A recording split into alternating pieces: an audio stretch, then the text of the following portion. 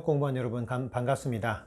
벌써 세 번째 영상 독서까지 4번, 그리고 오늘 히스기야 5번째 영상까지 오셨습니다. 우리 지금까지 잘 따라와 주신 분들 감사하고요. 혹여나 중간에 바빠서 못 보신 분들은 밀리지 마시고 그냥 오늘 것부터 봐주시고, 시간 될 때 그 시간에 맞는 주차를 봐주셔야 밀리지 않고 끝까지 함께 하실 수 있습니다. 그래서 이곳에서 말씀하시는 하나님의 뜻을 한 가지씩이라도 우리 함께 나누면 좋을 것 같습니다. 그럼 먼저 우리 히스기야에 앞서 지난주 문제 정답부터 한번 풀어보도록 하겠습니다. 엘리사 이름의 뜻은 무엇일까요? 하나님은 구원이시다. 엘리야가 승천할 때 엘리사가 끝까지 따라간 이유는 무엇일까요? 바로 엘리야가 승천한 것을 알고 있었고, 엘리사는 엘리야의 영감을 갑절이나 받고 싶은 그 욕심이 있었습니다. 그래서 끝까지 따라가게 되었죠. 엘리야가 승천한 후 엘리사가 처음으로 행한 기적은 무엇인가요? 엘리야의 옷으로 요단강을 가르고 지나갔습니다. 그것은 바로 엘리야의 사역을 이어받았다라고 하는 증거가 되겠죠. 네, 4번 문제. 엘리사를 대머리하고 놀리며 모욕한 아이들을 저주하자 곰 2마리가 그들을 모두 죽였습니다. 이 사건에서 그들이 죽은 이유를 적어보세요. 엘리사의 사역을 비방하고 엘리사를 세우신 하나님을 비방한 것이기 때문에. 그렇죠? 5번. 아람 군대가 엘리사를 잡으려고 군대로 포위했을 때 하나님께서는 불말과 불병거를 보내셔서 그들을 지키셨습니다. 이 사건이 의미하는 것은 무엇일까요? 하나님께서 이스라엘의 불병거 불말이시며 하나님께서 이스라엘을 지키시는 구원자이시다라는 뜻이죠. 6번. 엘리야가 행한 기적이 아닌 것은 죽은 후에도 죽은 사람을 일으켰고요, 아람 왕 베나닷이 죽을 것을 예언하였고, 수넴 지방에서 죽은 소년을 소생시키셨고, 아람 군대의 눈을 멀게 하셨습니다. 자, 갈멜산에서 이방 선지자와 싸워 승리함.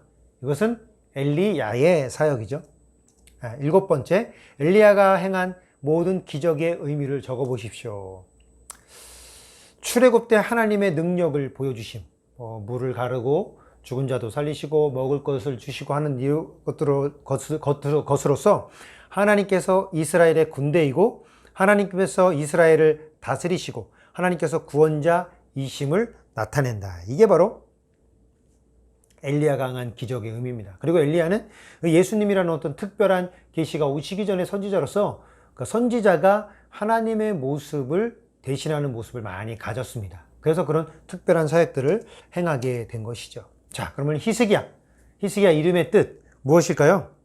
여호와는 전능자 혹은 여호와의 힘, 이런 뜻의 이름을 가지고 있습니다. 히스기야의 연대를 한번 보겠습니다. 여러분 이제 작아서 잘 보이실지 모르겠는데요. 이제 솔로몬 이후에 여로보암 때 남유다, 북이스라엘, 그래서 여로보암과 르호보암으로 나눠지죠. 그리고 여기는 유다 지파, 다윗의 후손들이고요. 여기는 이제 왕이 막 바뀌었습니다.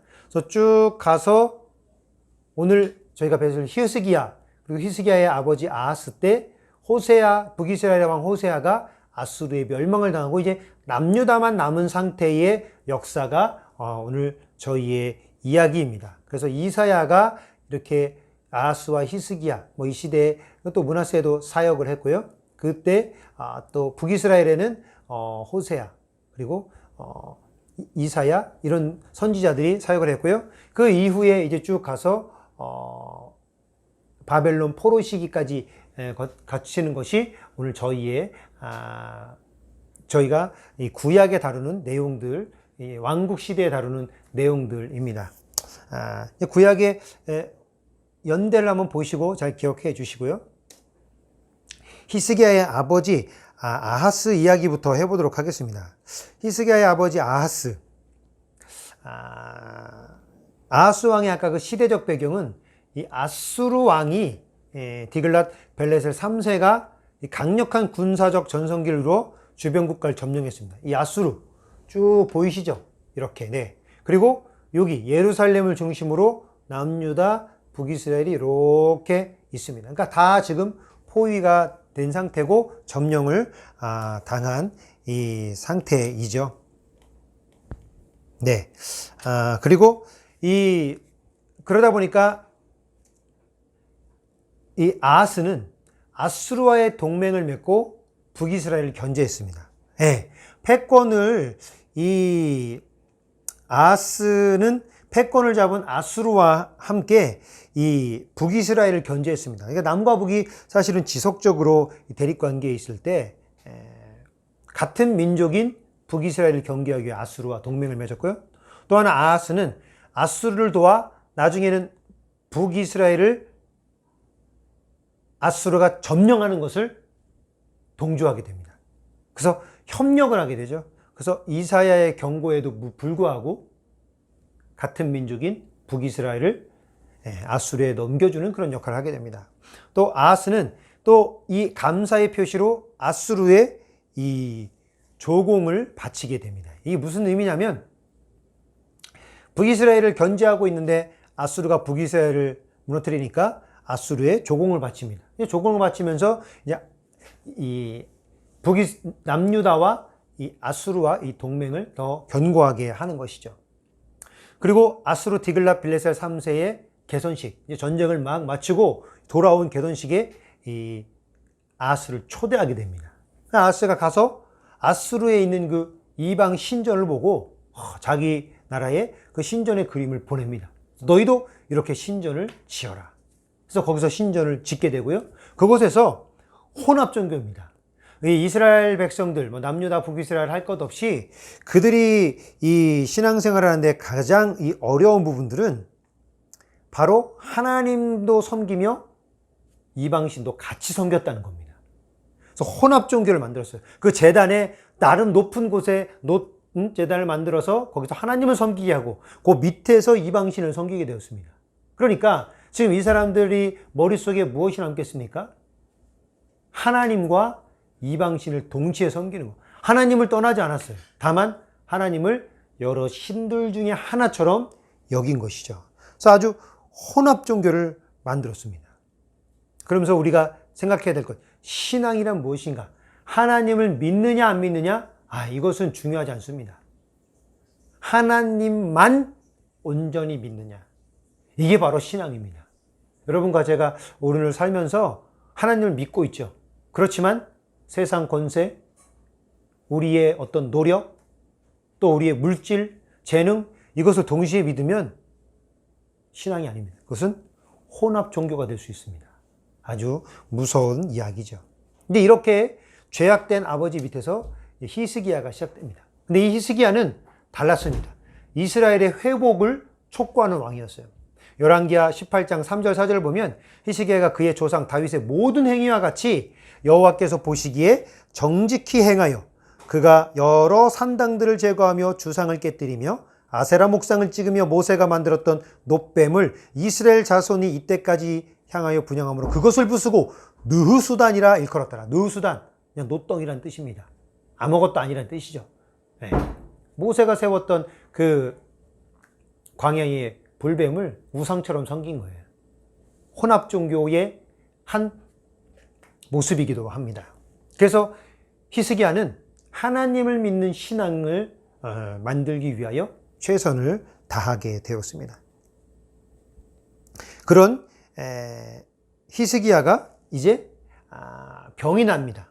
열왕기하 20장 1절에 보면 그때 히스기야가 병들어 죽게 되매 아모스의 아들 선지자 이사야가 그에게 나와서 그에게 이르되 여호와의 말씀이 너는 집을 정리하라 내가 죽고 살지 못하리라 하셨나이다. 히스기야가 낯을 벽으로 향하고 여호와께 기도하여 이르되 히스기야는 확실히 달랐습니다. 이 문제에 하나님께 기도하였어요. 하나님, 내가 선을 행하였는데 나의 선을 보시지 않았습니까? 나를 살려주시옵소서. 그 간절히 기도합니다. 그래서 그 기도에 응답하여 하나님께 이사야를 통하여 히스기야에게 말씀하시죠. 내가 너를 15년간 너의 생명을 연장해 주겠다. 그래서 히스기야의 생명이 15년간 연장되게 됩니다. 근데 이 히스기야가 그 사이에 연장을 받은 그 사이에 실수를 하게 됩니다. 그때 발라단의 아들 바벨론 왕 브로닥 발라단이 히스기야가 병들었다함을 듣고 편지와 예물을 그에게 보낸지라. 이게 무슨 이야기입니까? 편지와 예물을 보냈다. 이야기는 패권을 잡고 있는 아수르를 견제하기 위하여 이제 바벨론은 히스기야와 손을 잡고 싶어 합니다. 네. 그래서 정치적 목적을 가지고 히스기야에게 이렇게 예물과 함께 보내죠. 그때 히스기야가 어떻게 했냐? 사자들의 말을 듣고 자기 보물고의 금, 은과 향품과 보배로운 기름과 그의 군기고와 창고의 모든 것을 다 사자들에게 어떻게 해요? 보이지 아니한 것이 없다. 모든 것 중에서 히스기야가 그에게 보이지 아니한 것이 없더라. 이게 왜 실수냐? 바로 정치적인 방법. 동맹할 만한 힘이 있다는 것을 보여줬습니다. 아, 당신 나와 동맹할 만하다. 나 이 정도 재력이 있고 이 정도 군사력이 있다라고 하면서 바벨론에게 정치적 목적으로 손을 잡을 마음을 갖고 그것에 대한 표시를 하게 됩니다. 이게 히스기야가 한 실수입니다. 히스기야는 병에 걸렸을 때 분명히 하나님께 기도하는 왕이었습니다. 그러나 정치적 동맹으로 말미암아 그의 믿음이 하나님 앞에 실수를 하게 된 거죠.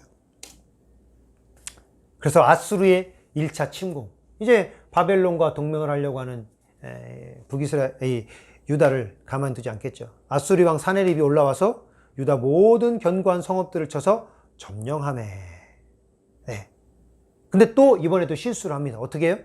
아수르 왕에게 이르되 내가 범죄하였나니 나를 떠나 돌아가소서 왕이 내게 지우시는 것을 내가 당하리이다 하였더니 아수르 왕이 곧 은 300달란트와 금 30달란트를 정하여 유다 왕 히스기야에게 내게 한지라. 무슨 뜻입니까? 그를 또 정치적으로 동맹, 그러니까 머리를 숙이고 조공을 바쳐 해결하려고 했습니다. 정치적 방법, 조공을 해결하였다. 두 번째 실수를 이제 하게 됩니다. 그래서 동맹을 맺고 이제 아수르가 물러가게 되죠. 근데 아수르가 또 이 두 번째 침공을 하게 됩니다. 히스기야 왕이 듣고 그 옷을 찢고 굵은 배를 들고 여호와의 전에 들어가서 아수르가 두 번째 침공을 했습니다. 두 번째 침공을 했을 때 성전에 와서 막 하나님을 모욕하고 욕을 하고 이스라엘 백성들에게 하나님을 어떤 지방신들의 하나여 여기며 니들의 하나님 여호와가 너희들을 이렇게 치게 만드는 거다. 우리 신이 더 강하다. 우리 신이 더 강해서 너희들의 신이 이렇게 당하는 것이다. 라고 이야기를 하게 됩니다. 그 이야기를 히스기야가 전해 듣고 옷을 찢고 굵은 배를 두르게 된 것입니다. 얼마나 모욕적입니까? 마치 블레셋의 골리앗이 하나님을 모욕하고 이스라엘 백성들을 모욕한 것처럼 또 아수르가 와서 이렇게 하나님을 모욕했습니다. 그때 이번에는 히스기야가 달랐습니다. 또 머리를 숙이고 조공을 바치고 정치적으로 해결할 수 있었지만 여호와의 전에 들어가 자신들의 신하들을 이사야에게 보냅니다. 그리고 하나님께 자기는 기도하게 되죠. 이번에는 방법이 달랐습니다. 믿음의 방법. 하나님께 기도하고 선지자 엘리야를 찾았죠. 하나님께서 엘리야를 통해 또다시 응답합니다. 이번에는 내가 그를 물리치고 너희들을 그곳에서 건져내겠다. 실제로 하나님께서는 아수르를 자신들의 고국으로 돌려보내고 또 그 쳐들어왔던 장군의 목숨을 하나님의 방법으로 빼앗게 됩니다. 믿음의 방법으로 승리한 히스기야의 모습이죠. 그리고 이제 히스기야가 지나 아들 므낫세가 납니다. 근데 이 므낫세는 어떠냐? 유다 왕 므낫세가 이 가증한 일과 악을 행함이 그 전에 있던 아모리 사람들의 행위보다 더욱 심하였고 또 그들의 우상으로 유다를 범죄하게 하였도다. 그래서 이게 멸망의 시작입니다. 근데 이 므낫세로부터 이제 점점 타락해서 이제 남유다도 멸망을 당하게 되죠. 여러분들 이제 이 성경을 보시면서 아마 좀 순서가 이상하다라고 생각하셨을 겁니다. 왜냐면 장으로 보면 히스기야의 질병이 20장에 나오고 히스기야의 실수가 20장 그 이후에 12절부터 나오고 아수르의 1차 침공이 18장, 2차 침공이 19장이 나옵니다. 근데 저는 순서를 다르게 했죠. 이 성경을 쓴 사람이 연대기로 쓰지 않고 이야기의 흐름을 이해하기 쉽도록 썼습니다. 그래서 성경 장수회와 다르게 히스기야의 질병이 나타난 것이 제일 먼저, 20장에가 더 먼저고요. 그리고 그 이후에 히스기야가 이제 바벨론에게 자신의 어떤 군사적인 동맹을 맺으려고 한 것, 그게 20장 12절부터가 두 번째, 그리고 아수르의 1차 침공이 18장에 나오지만 그 다음 이야기, 그리고 2차 침공이 19장부터 나오는 이야기가 그 후에 나오게 됩니다. 이 순서를 여러분 잘 기억하시고 성경을 읽으시면 또 도움이 될 것 같습니다. 자, 히스기야를 통해 볼 때 믿음이란 무엇일까? 행위보다 행위를 하게 된 마음의 중심. 네. 결국 신앙이 무엇이냐 할 때 신앙은 하나님께서는 중심을 보신다와 이 같은 뜻이죠. 행위를 하게 된 마음. 그러니까 히스기야가 동맹을 맺었는데 동맹을 맺은 것이 죄가 아니라 동맹을 맺은 마음의 중심. 하나님을 의지하지 않은 것. 그게 히스기야의 죄다라고 하는 겁니다. 그리고 우리 인간 모두에게 그게 잘못된 죄가 되는 것이죠. 그리고 전적으로 인간의 지혜와 방법을 의지하지 않는 것. 믿음은 바로 그겁니다. 우리가 할 수 있는 것이 사실 많습니다. 뭐예요? 정치적인 방법, 외교적인 방법, 합리적인 방법 등이 아니라 전적으로 하나님을 의지하는 것. 하나님께서 히스기야에게 가장 바라신 것은 무엇일까? 무엇일까요? 바로 전적으로 하나님을 믿는 것. 너 적군이 쳐들어왔어? 너 질병에 걸렸어? 너 문제가 생겼어? 너 지금 코로나19가 생겼어? 네 사업과 가정에 문제가 생겼어? 전적으로 하나님을 의지하는 것. 행위가 아닙니다. 행위할 수 있죠. 그러나 행위의 중심이 전적으로 하나님을 의지하는 것과 벗어나면 그것이 바로 죄다라고 하는 것입니다. 그럼 조금 더 나아가 이스라엘의 멸망을 통해 볼 때 이스라엘의 멸망을 통해 볼 때 믿음이 무엇일까요? 무슨 이야기냐? 북이스라엘과 남유다가 있었습니다. 북이스라엘은 더 타락해서 더 빨리 멸망했고 남유다는 좀 덜 타락해서 나중에 멸망을 했습니다.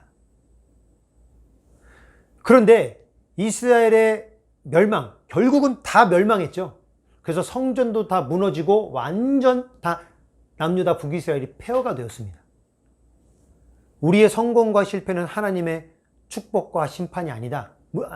여기서 말하는 축복과 심판이 아니라고 하는 것은 우리의 성공과 실패는 항상 하나님의 축복과 실패가 아니다라는 뜻입니다. 왜 그러냐? 우리 인생의 시간을 하나님의 시간으로 해석해야 되기 때문입니다. 우리 인간들은 어떻게 행동합니까? 어떻게 생각합니까? 시간이라는 개념을 쭉 나열해 놓고 살죠. 오늘, 그죠? 내일, 모레, 어제. 그러니까 과거와 오늘과 미래를 놓고 쭉 봅니다. 그래서 어제보다 오늘 내가 하나님을 더 잘 믿은 것 같은지, 또는 오늘보다 내일 더 잘 믿을 수 있는지, 어제보다 오늘도 내가 신앙생활을 더 잘했는지 못했는지, 이런 식의 시간을 놓고 봅니다.